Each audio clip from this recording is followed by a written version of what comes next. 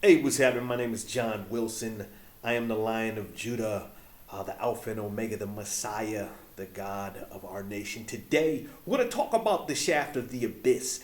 And before I get into quantifying exactly how and why I am the Lion of Judah, it'll make sense as I explain to what the shaft of the abyss is.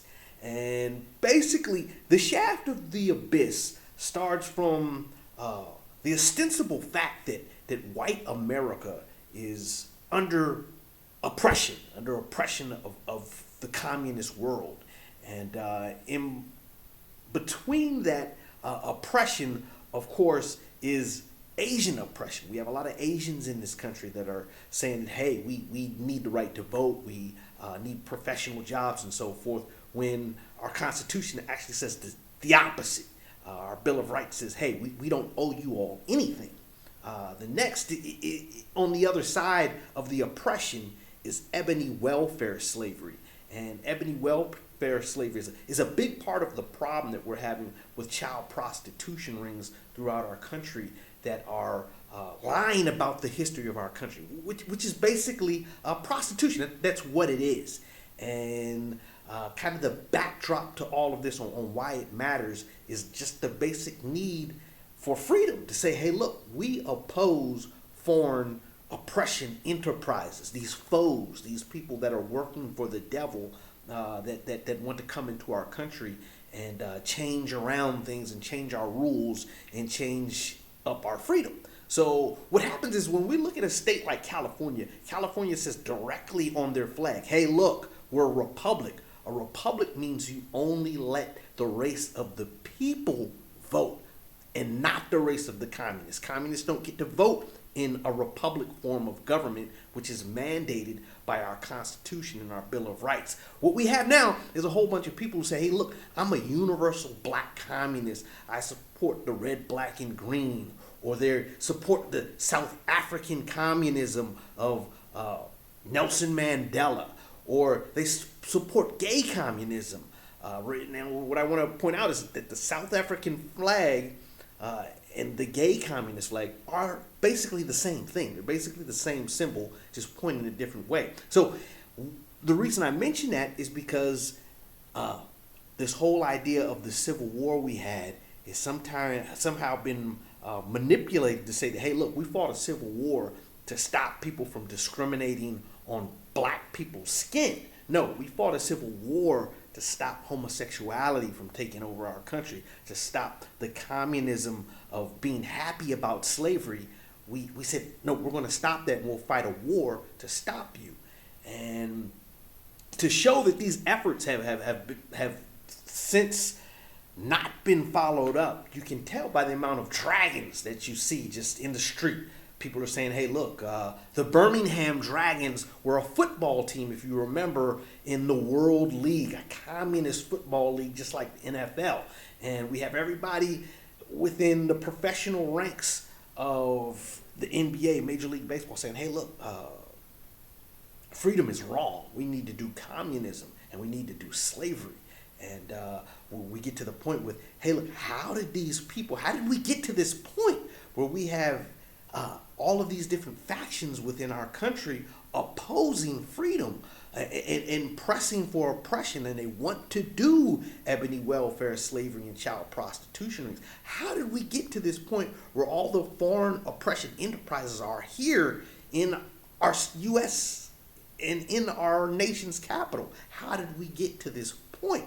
And when we get to that point, we ask, well, how did we get to the point where we're displaying communist flags? The only nation that started in freedom is displaying communist flags. And not just citizens. We're talking about Joe Biden. We're talking about Kamala Harris. We're talking about Donald Trump. We're talking about Barack Obama, who said, hey, look, I am going to legalize citizens owning other citizens, which is illegal. We fought a war for this. We wrote an amendment, the 13th Amendment, that said citizens will no longer be able to own other people. But Barack Obama says, hey, look, I feel totally different. We're going to not do that, and we're going to allow people to own other citizens to own other citizens, which is highly illegal.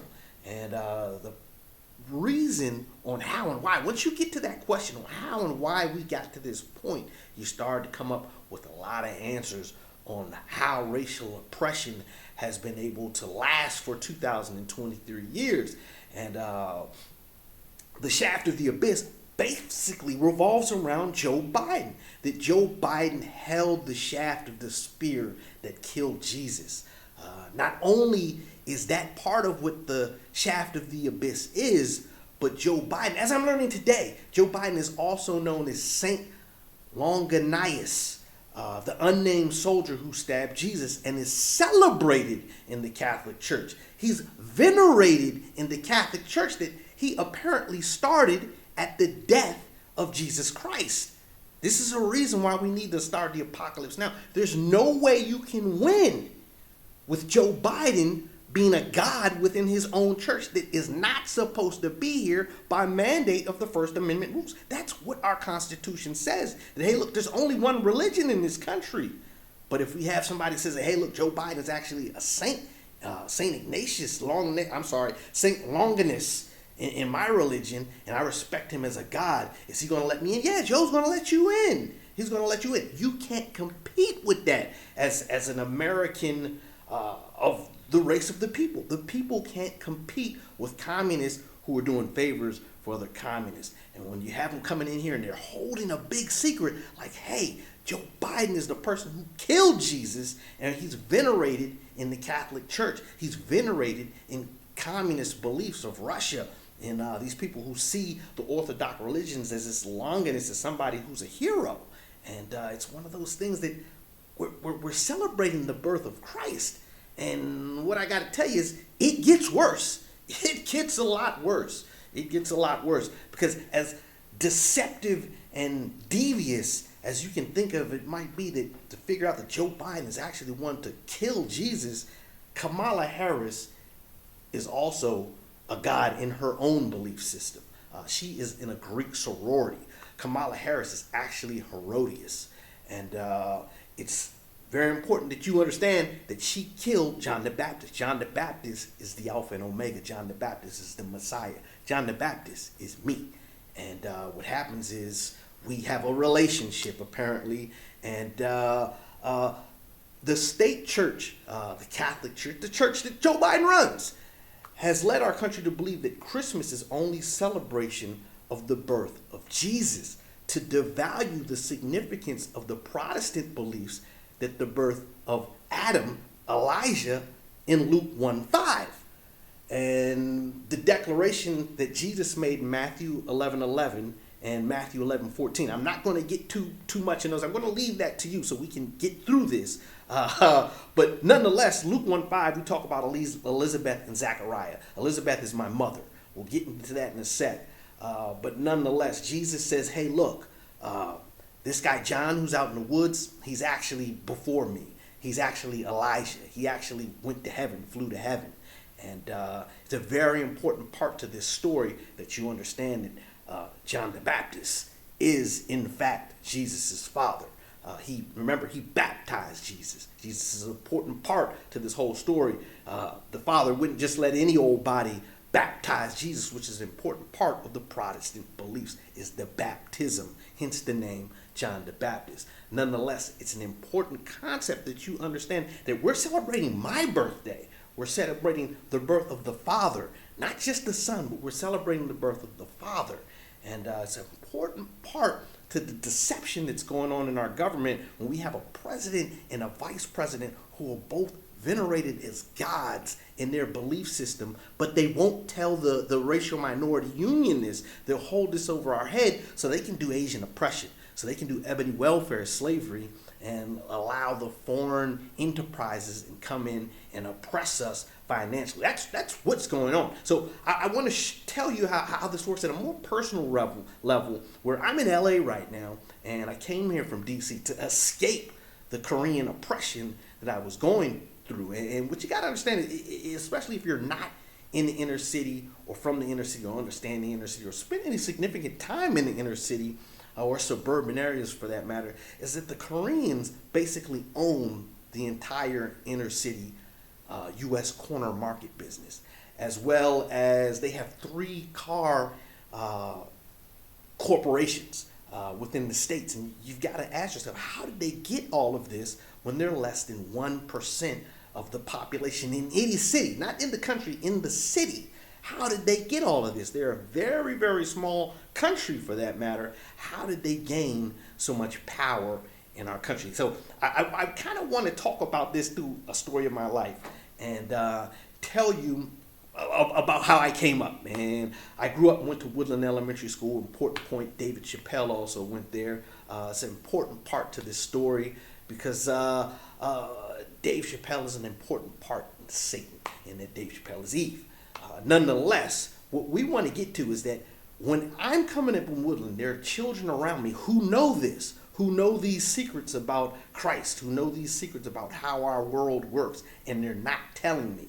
And what happens is that you get to a point, you're in 7th grade, and this kid picture here, Chris Moody, who was in the Navy, assaults me, sexually assaults me. And I say, hey, look, I can't be around you. You don't know what you're doing. You don't know what you're playing with. I can't be around you. So we stopped being friends for a long time. And I'm not really going to get into what's happened because that's kind of besides the point. The point is this kid is a communist and he doesn't belong here. He doesn't belong in our services. He doesn't belong in our country at all. What happens later on is we had a chance to go see a mutual friend of ours, Mark Tucker. And he hops in the car. And what happens is he jumps in the car, he sees me. I'm kind of excited to see him because I want to talk to his sister. That's a picture of her here, Sadie Tucker. And nonetheless, he hops in, pops me with a bow. And of course, this turns into a situation, an escalation. And I remember him specifically saying, look, you stepped into a man's world. I'm about to head to the Marines. What do you want to do? And I got like 50 pounds less than this kid. I was still in high school. I didn't necessarily want to fight, but at the same time, you can't let these communists punk you. What happens is I later learn out, kind of figure out over these past couple months in this episode that happened that, hey, look, these kids were protecting their secrets. They're protecting their lifestyle. That, hey, look, they're doing gay things behind closed doors. One of the things that they were doing, it's most important when we start talking about slavery, is that what Chris Moody and Mark Tucker and Sadie Tucker, who works for the State Department as I find, is that what they were doing, and like I said, are still doing, was telling people, children, anybody who listen, hey, look, I'm mixed. My father's Thai, my mother's Thai and my father's white. Or in the case of the Tuckers, they'd say, hey, look, my mom is white and my dad is black, or something like that. What happens is, I never challenged them on it, but when I was a child, what happens is that's all a lie. And when you have people that are still saying, hey, look, there's a such thing as interracial marriages, or there are mixed race people, this is a fallacy. It's propaganda. It doesn't happen. And what happens when you do that, it makes the black race seem like they're the racial minorities, like they're the union of our country. And it's just not true. These people are communists, and they're making up facts about the history of our country so they can take power out of our country and oppress the racial minorities, oppress the white race. And by pretending like they have some type of affiliation with into the white race, which they don't. I know these kids from kids' age. They have no connection within the white race, ideologically, physically, mentally, or spiritually. That's just what's going on. The fact that they hold government jobs and are telling people in other countries and going representing us, telling people that they're of a mixed race background, is a slap to the face of freedom. And ultimately what they're doing is slavery. And there's no getting around that. So what happens is, as we build up this kind of understanding to what freedom is, we start to look back and we see people like this guy, Reverend Sun Moon Yee, who said, hey, look, I can come to the U.S. and claim to be Jesus. What happens when you have somebody that claims to be the Messiah, whether it's me or anybody else, you should kill them. But quite frankly, because if they're the Messiah, they won't die, especially with a bullet. That's how you do these things, which is what this guy was doing. And on top of that, I think the reason that you should be incensed is this guy turned around and purchased the Washington Times for $1.2 billion. This is the same guy who claimed to be the Messiah, who was convicted and went to jail for tax evasion for falsifying and filing fraudulent tax returns, and he's still considered, after all this, was still considered a conservative, socialite, and an anti-communist. How is this? How can you say, hey, look, I want to do peace. I don't want to do freedom. I'm from another country. I worship a dragon that's not the God of this country. And also in 1974, he urges church members to support an African American president of the United States. We've had enough of white presidents. So let this time elect a president from the Negro race. What will you do if I say so? This is one of the most racist things, repugnant things I've ever heard. How does somebody get into a country and say, hey, look, I want to promote communism in a country that tried to help me into freedom, and I'm sitting here lying to everybody about doing freedom so he can seize power from the white race in the nation's capital, mind you.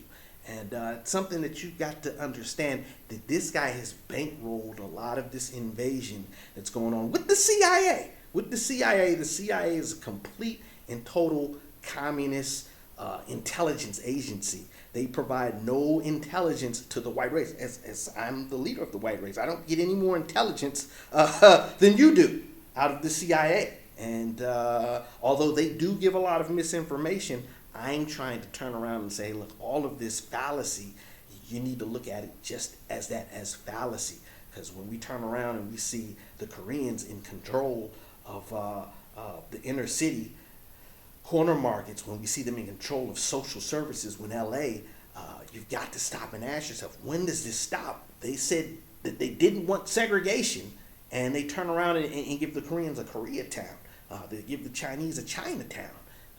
All we want to say is we want representation. We want exclusive right to vote. That's what the people want, is freedom. It says, hey, look, we don't want to allow communists to vote in our elections. That's what freedom is. When we get to, hey, look, how did this happen? Where did we get there? We get back to my story. In 2007, I had a lot of legal wranglings with Mayor Fenty, Mayor Adrian Fenty, a British subject, as are all lawyers. They're all British subjects. And it's important because all of the legislation that's been written after 17, or let's say 1800, it says in our 11th Amendment, hey, look, you British subjects can't write any more legislation, not just on this Constitution, but you can't write any legislation in argument to our Constitution. But that's not what's happening. Adrian Fenty wrote a bag tax. He said, hey, look, we need to tax you all for bags. The only thing you need to do with this bag tax is put T in front of it, because it's the same thing. While he was hitting the nation's capital up for this bag tax, he also hit me up and a bunch of other merchants, where this story goes, for a single serve tax. He said, hey, look, I'm not going to allow you all to sell single serves because it's dirtying up the neighborhood. Well, you're a communist. You're not even from here. How do you get to make these decisions? The reason why is that they took there is no Republican form of government in Washington, D.C. Why?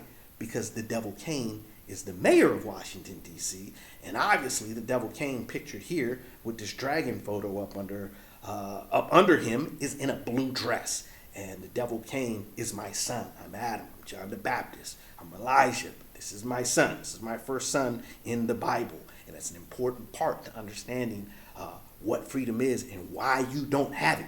Is that because these people are with the shaft. They're saying, hey, look, we're with Cain.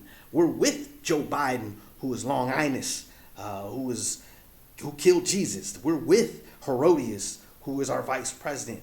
The Koreans, the Japanese, the Chinese, they know this. They come over and say, look, you're not teaching the people this. You're not giving them freedom in school. We can really come up with the money that we've got over in our country and bring it to your country, and we could have a big communist smorgasbord. That's what's happening out here. I watched this guy, Gary Child, during the single serve battle we had. This guy came and we entered into a lawsuit. He's an attorney and also the president of Kagro and also the owner of Yes Market, which is a big, small chain in Washington, D.C. And what happened is I literally saw him at one of the hearings that we were having step to the side with the devil and say, "Who is Cain? My son." And I didn't know this at the time, but they stepped to the side and made literally a side deal right in front of my face and said, "We're going to drop the lawsuit so that he can get his license for a couple other property stores that he owned under the Yes Market brand, and was going to drop my lawsuit."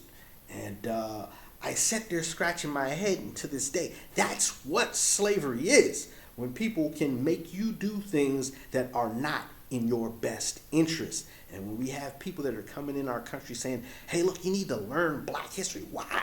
Why is it in our need to learn Black history? There's no lessons of freedom in Black history. There are only lessons of slavery in Black history. Dr. Martin Luther King is one of the most well-known slaves. He is a doctor. He's a junior. That means he's gentrified, and it means he's a slave. So when we have people saying, "Hey, look, we need to learn Black history to teach more slavery in school," it's something that you should get very offended at everybody who's coming to this country as a foreign entity, as a foreign enterprise, and are doing oppression, are doing Asian oppression, are doing ebony welfare slavery, that teaching children that people of dark complexion were discriminated against leading up to the Civil War, before, during, and after. It's just not true. That's not what race is. That's not what we fought the war for.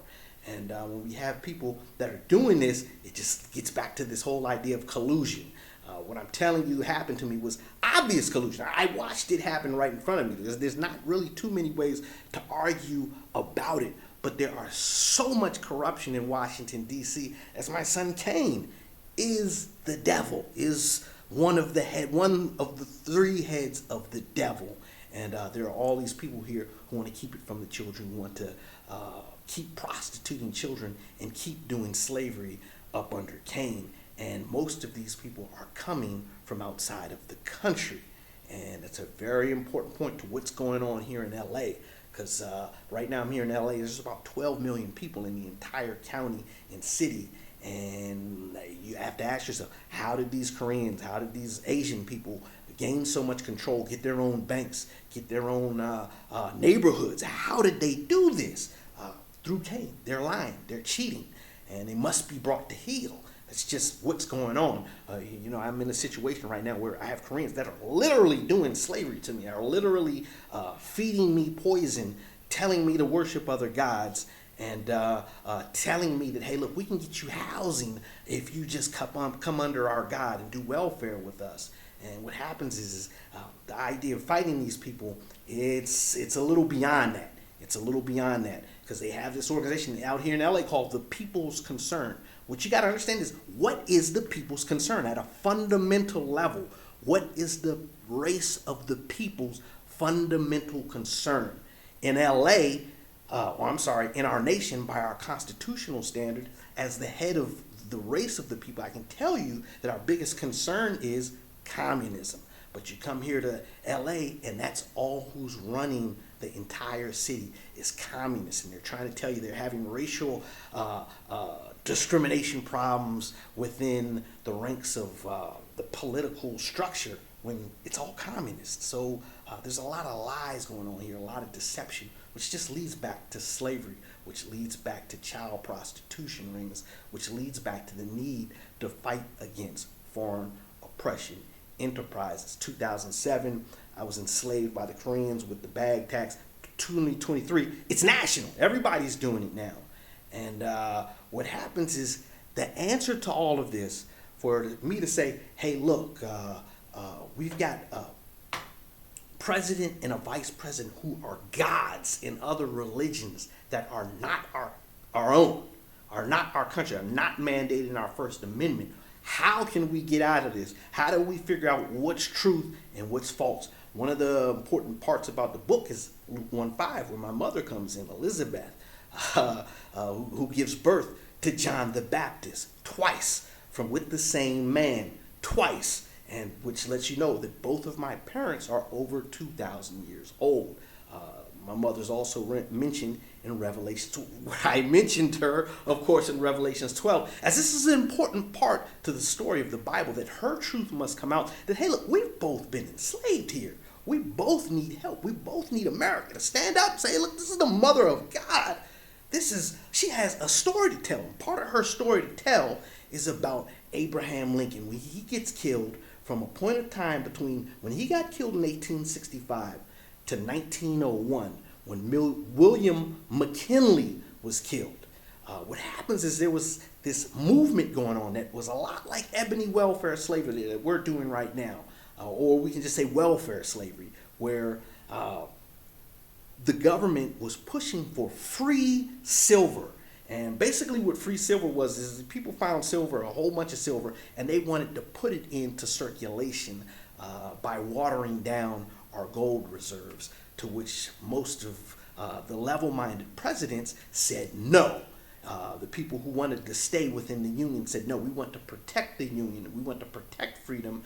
And for doing that, they got bullets. They got killed. They got assassinated. And ultimately, by the time 1902 came around, there were no pro-union politicians. They were all pretty much under the control of the devil.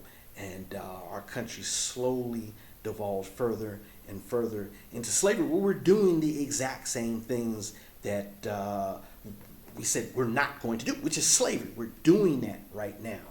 And what happens is getting my mother to talk isn't quite so easy, because either one or two things has to happen. The apocalypse has to start, or we have to free my mother from slavery. In Revelations 12:17 is explained that, hey, look, I have brothers and sisters, and those brothers and sisters are either going to be with me the whole way, or they're not going to be with me the whole way. My brother here, Edward Neverson, he tried to kill me when I was about 19 years old. Attempted murder, and it's just, when you try to kill the Lion of Judah, it's just not going to work out for you. And it's just not going to work out. And it worked out for Kamala Harris, if that's what you want to call it. If that's what you want to call her life is working out. Hey, I guess it worked out for her then, doing 2,000 years or however long she's been here with her prostitution. Nonetheless, my brother is an ex-drug dealer. He's not a good person. I've got nieces and nephews who are also in the same child prostitution ring. My brother is also a Catholic, which means he probably has a relationship with Joe Biden as well, at least a verbal relationship, that they know one another, because my mother is a big deal, and as well as myself as well, and our story. So for that matter, what I'm saying is we need to either start the fire or somebody needs to come get me, because I'm bulletproof. I'm willing to let this guy try and give him what he needs, because, as I said, this guy tried to take me out once upon a time when I was a teenager, and it's something that I take very seriously. And it's one of those things where, just because of that, we know that he's not going to join the migration to go to the Euphrates. My three sisters, my nieces and nephews, are in the same child prostitution ring, and we know that they're not going to try and make the migration to the river Euphrates to see Jesus, Paul, Gabriel, and Michael. They're just not going to do it. Everything that's been done to me, they're not going to try and make that trip. So what I'm telling you is, ultimately, they're holding my mother hostage. I haven't talked to my mother in, 5, 6, 7 years. And it's just one of those things where I have even people that, I've known as family members, that they're not my family member. And these people come and call, and they just want to lie. They want to do more child prostitution. They want to do more slavery. And it's one of those things where we have to get to, hey, look, what is the end to these people doing slavery? And it's simply to know that, hey, look, the communist world has a complete and total monopoly over our entire country, from the churches. Remember, most of the churches believe what Joe Biden believes in the Trinity, that God, Jesus, is the Son of the unnamed Father, and this Holy Spirit, which is the dragon. That's how we describe the dragon in the book of Revelation. 100% of the churches that I've seen online are of that mind. Hey, look, we believe in what Joe Biden believes. We believe that Joe Biden is a saint in some religions, and that's okay. And they're tolerant of that, and they're tolerant of the idea that Kamala Harris is a Greek and is Herodias. Now, a lot of these people know this, and these school systems too. That's one of the big major lessons that you get when you join one of these fraternities and sororities that are at the state university, that are at the historically black universities, that are at the Ivy League institutions. There's this idea that there's some political difference or racial difference when you go to any of these colleges, and it's not. They're all run by communist organizations, foreign communist organizations at that matter. So then when we look at the whole makeup, the whole infrastructure of what's running our country, and we look at it, we've got the churches, the school systems, the hospitals, the bank, the police. None of these are run by the racial minority union. None of these are under the umbrella of the church of our nation. And that's because it's been wrestled away from us. Our election process isn't even in our hands. That's one of the most important aspects of being freedom, is that the people are in control of their own elections. But if you look on TV, if you look in the news, you see where ex-mayor Giuliani of New York has been sued for $148 million by this Ruby Freeman, who was working the polls. And what that sounds like is, it sounds like we're getting squeezed. It sounds like collusion. These are two black people working together to get something that neither of them are both supposed to have. Rudy Giuliani is not supposed to have control of the ballots. Neither is Donald Trump. These are communist people. The ballots are supposed to fall under the church. The church is standing here, right here, telling you that, hey, look, let's cut all this nonsense, because there are so many communists that have overrun our borders that the best thing to do is set fire to these churches and schools, because they're not doing anything for us. Send me back to heaven, and then meet you, Jesus, at the Euphrates at Kuwait, and let's start this world war the way it wants to be, because we can't keep allowing other countries to just come over here and post their tent and say, hey, look, we're doing slavery because we know Joe a different way. We know Joe differently. We know Joe through an Orthodox understanding or a Catholic understanding, or we know Kamala a different way. We talk to her a little bit different when we're downtown. We can't continue to allow communists to come in and say, look, we're going to have freedom. We're going to continue out freedom with these communists running the show, with black people telling us that we can't have our own freedom of speech, that we have to tolerate them, and we have to allow them to marry and procreate in our country. We don't. Our Constitution specifically says that we don't. And what happens is you have to put your foot down at some point and say, enough is enough. So again, like I said, I'm really hoping to give you all more information, but getting past the communist defense of just constantly telling lies. If you look up on my website, it's not there anymore, because the people that were providing me service told me a bunch of lies. And it's just, before Christmas, you're going to lie to Santa about the very service that serves this whole entire universe. These people from Poland, how did they even get here to serve my service online? And it's one of those things that we've got to really stop and say, is it worth it? Is it worth it?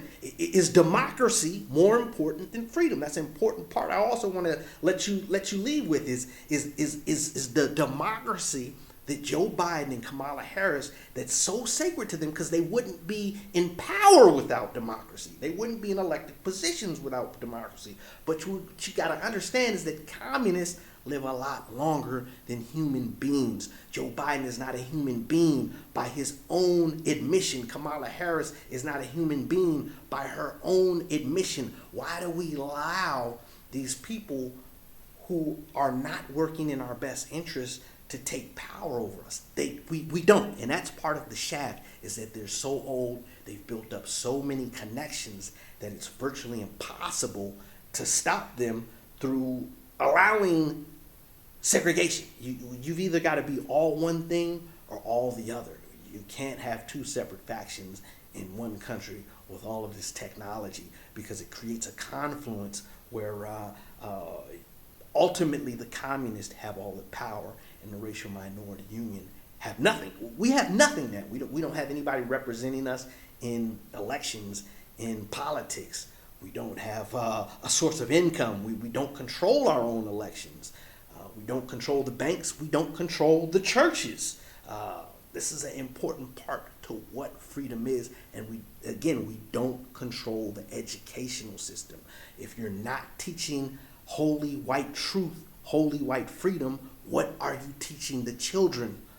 Black communist slavery. And it is an abomination that has to stop. And I'm hoping that the people hear my message to say, hey, look, I want to give that Lion Judah the best Christmas gift I could possibly give him, which is to go outside and burn down that fraudulent ass church that's in your neighborhood. Burn it down right now and send me home and bring Christ down to finish this job that we're supposed to finish at the start of the new year. We're going to get this thing done. And again, I'm imploring all of you all who hear this message and say, I want to believe. I hear him. All I want to do is tell you, hey, look, he's going to be here soon. And we're going to figure this thing out. But you've got to promote this message, pass it on, share it. And that's the only way we're going to get the 4 horsemen of the apocalypse at the Euphrates to start the end of time and to start the end of slavery. And it's something that I will be very thankful for. I've been living in slavery 48 years. Past 3 years, I've been living out of a home. I've had the police rough me off, steal from me, beat me up, and so forth about 2 or 3 times over the past 4 or 5 years. But this is all part of the process of what it takes to overcome oppression, what it takes to be in freedom, especially if you're not able to segregate. And that's one of the most important concepts that I want to keep pounding on your head is that, hey, look, part of the whole idea of segregation is what you believe. When we have people talking about it has to do with your skin color, that's slavery. These people need to be neutralized. And I'm here for that. I'm here to do that. What I'd rather do is send Jesus down to take care of a bigger job. But I'm here for you on the small jobs because everyone might not come together tonight on Christmas. Everyone might not come together. Like I said, there's been a lot of interference with the word, with the Holy Spirit being able to flow through me as a conduit for you to get to word to say, hey, look, there is a better quality of life in this country for the racial minority that's possible. But the first thing that we have to do is get past old Longinus and Herodias. These people who think that these people are gods in our country. We have to get rid of them. And part of getting rid of them is getting away from them. Not saying, hey, look, we're going to fight you here. We're going to meet up at the Euphrates. You all go back to your African country, to your Russia, to your wherever, Poland, wherever it is you're from, and join up there because you can't be in this country without us. These people are living off of us, literally. I'm watching these folks in California, LA, every day. And it's very sad to see that, hey, look, there are people, communists in here who are literally here to feed off the children, who are literally here to feed off the homeless, who are literally here to feed off those who can't help themselves. And that's part of what self-reliance is. That's part of the whole understanding of freedom. And when you got people that can't even, are in positions of power or positions of authority, and they can't reiterate to you what freedom really is, what it's about, that's not just a problem for me. It's a problem for our entire country because we have people that are working under an entire different premise of civil rights. That's saying, hey, look, we get to do black communist slavery and civil rights because we were able to talk louder than you in court. And ultimately, that's not the way that you want to represent yourself in front of God. And it's something that if you're a man and ready to go onto the migration to say, hey, look, I want to go see true love, that's something that you have to take into consideration now, in the here and now, in today, into hearing this message. And it's something that, again, I hope that you take action on and say, let's start the beginning of the end, to start the apocalypse. And so to make it possible for anyone, man, children, woman, to look Jesus in the eye and you're looking his father in the eye right now, and I'm really hoping to do the same very soon. So again, thank you for listening, and hope to see you in better spirits in the Euphrates, in the migration to freedom. Hey, thank you for listening, and may the gods continue to bless you, and have a blessed Christmas.